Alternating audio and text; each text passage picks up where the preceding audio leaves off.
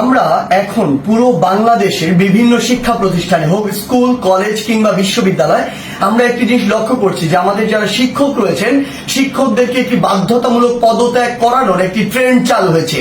যে জায়গাটি নিয়ে আসলে অনেক কথা হচ্ছে এবং কথা হওয়া উচিত এবং এই জায়গাটিতে আসলে অনেক প্রশ্ন রয়েছে।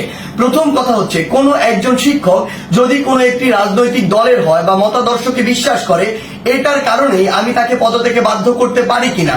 আবার আরেকটি কথা এখানে রয়েছে সেটি হচ্ছে এই পদত্যাগ করানোর যে অথরাইজেশন এটি আমার আছে কিনা বা আমি এমন অথরিটি কিনা আইনসঙ্গত ভাবে এটি আমি করতে পারি কিনা। তার পূর্বে আমাদের বিশেষ কিছু প্রেক্ষাপটগুলো চিন্তা করতে হবে। আসলে আমরা আমাদের জায়গা থেকে যারা স্টুডেন্ট রয়েছে রানিং তারা অনেকে শুধু মনে করি যে আমরাই মনে হয় পদত্যাগ করাচ্ছি, কিন্তু আমরা জানি না এর পিছনে আসলে কি কি ঘটনা রয়েছে কিংবা কি কি প্রেক্ষাপট রয়েছে। যেমন আমি আমার বিশ্ববিদ্যালয়ের উদাহরণ দিয়ে যদি বলি, এই বিশ্ববিদ্যালয়ে একটি দল শিক্ষকদের একটি দল যারা তখনকার ক্ষমতাসীন রাজনৈতিক দলের একটি মদতপুষ্ট তারা ছিল। সেই জায়গা থেকে তারা যখন আমাদের এই যে আন্দোলন এই আন্দোলনের বিপক্ষে দাঁড়িয়েছিল, আবার অল্প কিছু শিক্ষক আছে এই সংখ্যাটি খুবই কম তারা একদম নিউট্রাল জায়গা থেকে আমাদের আন্দোলনের পক্ষে দাঁড়িয়েছিল।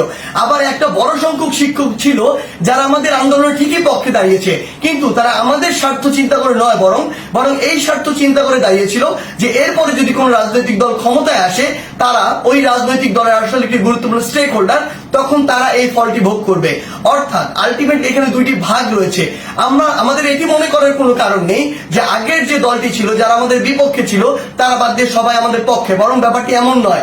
আমরা যদি স্কুল কলেজের ক্ষেত্রে এই বিষয়টি লক্ষ্য করি তাহলে আমরা দেখতে পাবো হয়তো কোনো শিক্ষক হয়তো আওয়ামী লীগের রাজনীতির সাথে জড়িত ছিল, কিন্তু থাকে বলেই তাকে আমি পদত্যাগ করাতে পারি কিনা বা করানো উচিত কিনা।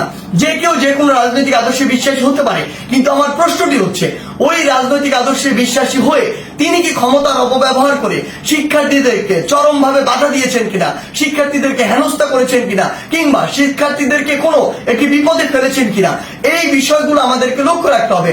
ইভেন যদি তিনি এই কাজগুলো করেও থাকেন তারপরও তার বিরুদ্ধে এরকম একটি প্রক্রিয়া পদত্যাগ করানোর জন্য যে বাধ্য করা এটি আমি করতে পারি কিনা, এই অথরিটি আমার আছে কিনা।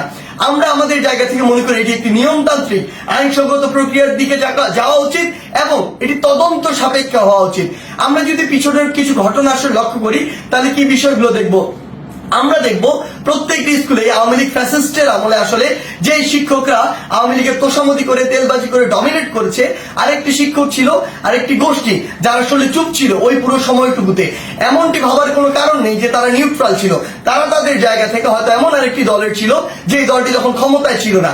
এখন বর্তমান সময় এসে ওই শিক্ষকদের উদ্দেশ্য হচ্ছে উপরের জায়গাগুলোতে প্রিন্সিপাল হোক কিংবা হচ্ছে প্রফেসর হোক কিংবা ভিসি হোক বা এরকম যে কোনো হেডমাস্টার হোক, যেই পদগুলোতেই হোক না কেন ওই পদগুলোর ওই মানুষগুলোকে সরাতে হবে। যদি আমি সরাতে পারি তাহলে আমি এখন ওই পদটিতে গিয়ে বসতে পারবো। এটার কারণে তারা আসলে কি করছে, তারা তাদের ক্লোজ কিংবা কাছের কিছু স্টুডেন্ট কিংবা কিছু স্টুডেন্টকে বিভিন্নভাবে মোটিভেট করে কিংবা কিছু স্টুডেন্ট যারা অতি উৎসাহী বা যাদেরকে সহজে আসলে ইমোশনালি ড্রিভেন করা যায় ওই স্টুডেন্টদেরকে বিভিন্নভাবে প্রভাবিত করে তারা এরকম একটি মব তৈরির চেষ্টা করছে ওই টিচারদেরকে নামানোর জন্য। বলার সময় এমন ভাবে বলছে সে যেন একজন ফেরেশতা, কিন্তু আলটিমেটলি তার উদ্দেশ্য ওইটাই যে ওই শিক্ষককে স্টুডেন্টদের মাধ্যমে সরিয়ে স্টুডেন্টদেরকে জাস্ট টুল হিসেবে ইউজ করা হয়, সরিয়ে তাকে ওই পদটিতে গিয়ে বসতে হবে, এটি হচ্ছে তার উদ্দেশ্য। আবার এখানে আরো বিশেষ কিছু বিষয় রয়েছে। বিষয়গুলো হচ্ছে এরকম যে টিচারদের মধ্যে কিছু নোংরা পলিটিক্স রয়েছে। আসলে আগে হয়তো পূর্ব কোনো শত্রুতা ছিল বা পূর্বের কোনো একটি রাগ বা ক্ষোভ ছিল, যেই রাগ বা ক্ষোভটিকে আবার এখন মেটানোর জন্য তারা এই ব্যবস্থাটুকু গ্রহণ করে। স্টুডেন্টদের যে সাইডটা ওই সাইডটা কিন্তু আসলে জানে না যে এর ভিতরে কি কি পার্সপেক্টিভ রয়েছে। এই টিচারগুলো দেখা যায় কিছু স্টুডেন্টকে ব্যবহার করে, আশেপাশের কিছু ছেলে যেই ছেলেগুলো আসলে এরকম কোনো কিছু চিন্তা না করে কিছু টাকা দিয়ে ওই ছেলেগুলোকে প্রভাবিত করা যায় কিংবা অন্য কোনো সুবিধা দিয়ে প্রভাবিত করা যায় কিংবা পরবর্তীতে কোনো একটি পদ পদবীর সুবিধা দিয়ে আসলে ওই ছেলেগুলোকে প্রভাবিত করা যায়।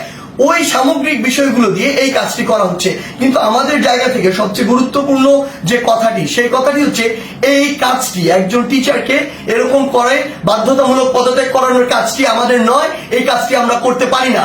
এই কাজটি কেন করতে পারি না, কারণ হয়তো আপনি একজন শিক্ষককে এটি করালেন কিন্তু এর প্রভাব পুরো বাংলাদেশের শিক্ষক সমাজে পড়েছে। আমার তো স্কুলে, ওই প্রাইমারি স্কুলের, কিন্ডারগার্টেনের, হাই স্কুলের এমন অসংখ্য শিক্ষক রয়েছে যাদেরকে আমি অনেক বেশি শ্রদ্ধা করি, যারা আমার জীবনের শিক্ষা গুরু, যাদের হাত দিয়ে আমি আজকে এই অবস্থায় এসেছি।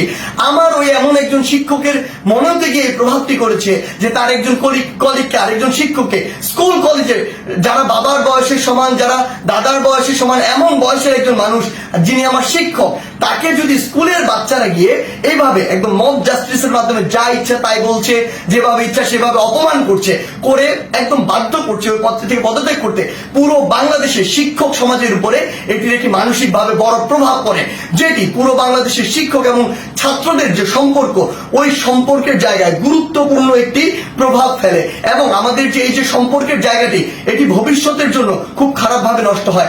আমরা আমাদের শিক্ষার পরিবেশ নিয়ে কথা বলি, সেখানে যদি আমার শিক্ষক এবং শিক্ষার্থীদের যে এই পরিবেশটি ঠিক না থাকে, এই সম্পর্কটি যদি একটি তিক্ততার পর্যায়ে চলে যায়, তাহলে আলটিমেটলি এটি কিভাবে সম্ভব?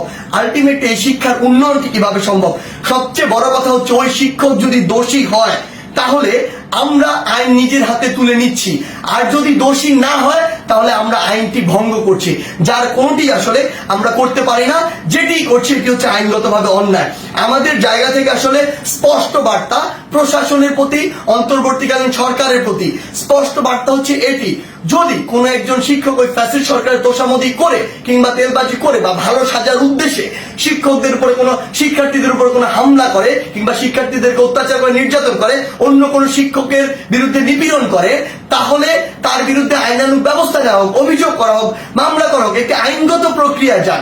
কিন্তু কেউ যদি এভাবে আইন নিজের হাতে তুলে নেয়, কাউকে যদি বাধ্য করে, আমি প্রশাসনকে এবং অন্তর্বর্তীকালীন সরকারকে আমাদের পক্ষ থেকে অনুরোধ জানাই, ওই সকল শিক্ষার্থীদের পিছনের উদ্দেশ্য কি, কে তাদের এই কলকাঠিটি নাড়ছে, কে তাদেরকে প্রভাবিত করছে, কি উদ্দেশ্যে প্রভাবিত করছে, এটি আপনারা তদন্ত করে ব্যবস্থা করুন। প্রয়োজন হলে ওই যে শিক্ষার্থী, যারা অল্প কিছু শিক্ষার্থী এটি করছে, সকলে কিন্তু এটি করছে না। আমরা বিভিন্ন বিশ্ববিদ্যালয়ে দেখেছি শিক্ষার্থীরা নিজে আবার ওই সম্মানিত শিক্ষকদেরকে তাদের শপথে ফিরিয়ে নিয়ে আসছে।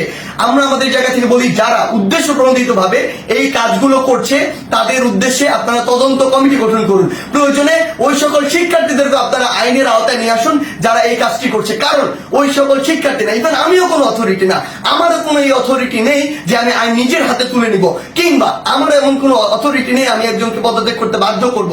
সেই জায়গা থেকে আমাদের স্পষ্ট যেটি বার্তা, সেটি হচ্ছে পুরো বাংলাদেশকে আমরা যদি এগিয়ে নিয়ে যেতে চাই, তাহলে এই শিক্ষার একটি সুষ্ঠু পরিবেশ থাকবে। এবং এই পরিবেশের সবচেয়ে গুরুত্বপূর্ণ যে দুটি স্টেক হোল্ডার, একটি হচ্ছে আমাদের সম্মানিত শিক্ষক, আর একটি হচ্ছে আমাদের যে শিক্ষার্থীরা।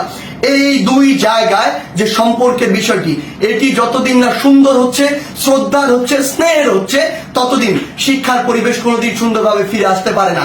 তাই আমরা আমাদের জায়গা থেকে আমাদের এই শিক্ষকদের এভাবে বাধ্য করে কোন একটি নিয়মতান্ত্রিক প্রক্রিয়া না গিয়ে বাধ্য করে পদত্যাগ করানোর যে প্রক্রিয়াটি, এই প্রক্রিয়াটিকে আমরা কখনো সমর্থন জানাই না। বরং আমাদের সম্মানিত অনেক শিক্ষককে বিভিন্নভাবে প্ররোচিত হয়ে অপমানিত বা অপদস্থ করার যে ট্রেন্ড বা একটি প্রক্রিয়া আমরা দেখতে পাচ্ছি, এটিকে আমরা অবশ্যই ঘৃণা করে প্রত্যাখ্যান করি। ধন্যবাদ।